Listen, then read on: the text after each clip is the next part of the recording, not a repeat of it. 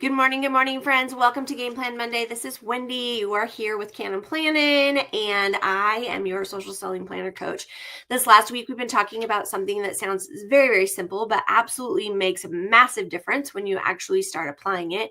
And that is starting with the hardest task first, eating that frog legs and all. And I have friends that have tried frog legs, and it is not necessarily something that they loved, but it was definitely something that was necessary in the moment.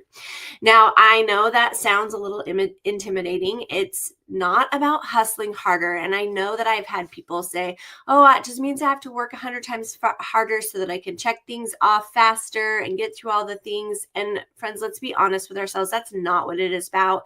And when you are working at your best and using your energy and your time wisely, you will find that doing the hardest thing first actually makes more sense for your day to day and gives you the most bang for your buck. Let me kind of explain what I mean when I say that you shouldn't save the hard stuff for later. You're not giving yourself more time. You're actually draining your energy. And that one thing that you might be avoiding, it's still there and it's still taking up mental space all day long. So by the time you finally get to it, you're worn out, you're distracted, and you're frustrated because you waited so long to do it. And that's kind of where the idea of Eat Your Frog comes in. I absolutely love this book by Brian Tracy. It is probably one of the very first books that I read that had anything to do with productivity. And I really kind of dove into some of the things that he talked about. You'll see I've read it several times, highlighted, wrote in the margins. And I love many of the aspects that he's talking about. And when he's saying eat the frog, he's saying stop procrastinating. Friends, stop doing those things that are keeping you from being productive with your day. So definitely think about reading this book if you haven't yet.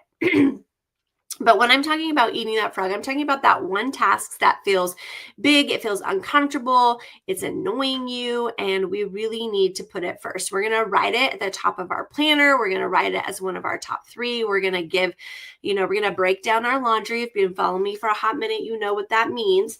But what I'm talking about is taking those little bite-sized pieces, and we're going to work towards that big monstrous idea. And then you're going to give yourself permission to focus on only that thing until it's done. And once it's out of the way, you'll feel lighter, you'll feel clearer, and you will feel more productive because you're not going to have that thing hanging over the top of you. And everything else on your list is going to feel like it's easier and you're going to be able to tackle it. But here is the trick that many people think. They think that when you're starting with your hardest task, that you need to do it first thing on Monday morning before the week even starts. And if that is not your best time to do things, then that is not going to be the time that you want to eat your frog.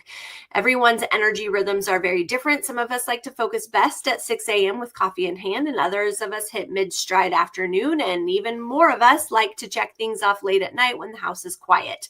So we want to take time to figure out what our own rhythm is. And if you're not sure, remember last week we talked about building a time inventory for a few days.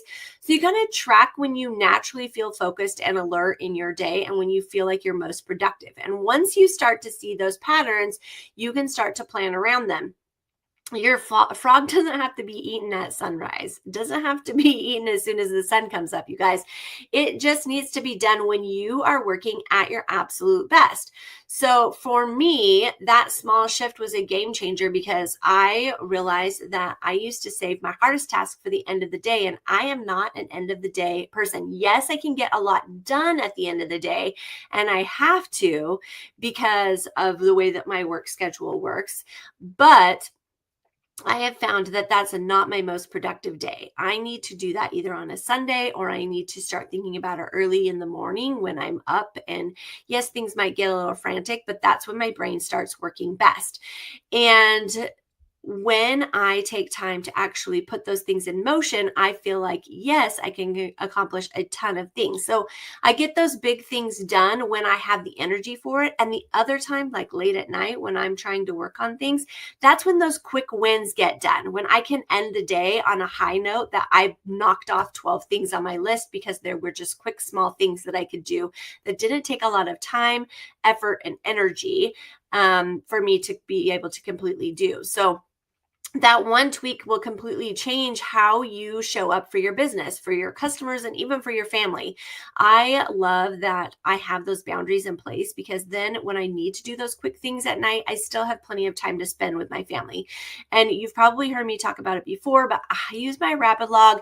It is a great way for me to balance business and creativity. So in the mornings, I might do my power list and get through all of those things, my goals and my follow-ups and doing my next steps. But then at night is my creativity time. That's when I can sticker. It's when I can use journals. It's when I can use washi tape. And it's when I can really dive into those things that kind of finalize and put a nice little bow on my day. And it's reminding that planning should serve you, not stress you out. You can be productive and still have fun doing it if you take the time and put things in the proper place in your day. I just want to wrap up with a quote. I actually wrote it in my Rapid Log yesterday, and I loved it when I was doing my weekly review. And I've heard it before, but it is one by Stephen Covey. It says, "The key is not to prioritize what's on your schedule, but to schedule your priorities." And that's really the heart of it, you guys. You don't need your planner to be perfect. It doesn't need to be this glorious spread. Mine is kind of just a running thought of what's happening in my head throughout the day. And you just need to be able to plan things that reflect who and what you are and that truly matter most to you. So if your planner doesn't look picture perfect this week, that's okay.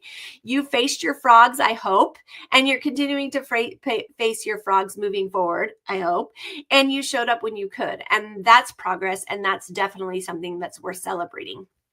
So before you dive in to your week ahead, I want you to look at your planner and ask yourself, what's one thing that I can do moving forward? I want you to circle it. I want you to highlight it. And then I want you to do it first. And when you do, I promise everything else starts to fall into place. Okay, friends, thank you again so much for joining Game Plan Monday. Let me know in the comments, what did you learn about your energy this week? What did you learn about tackling your hardest thing first? Are you a morning person, a night owl? Are you still trying to figure it out? If you are, that's perfectly okay. Whatever your rhythm looks like, keep showing up and keep learning. And remember, progress always counts, and definitely progress over perfection. I'll see you next Monday.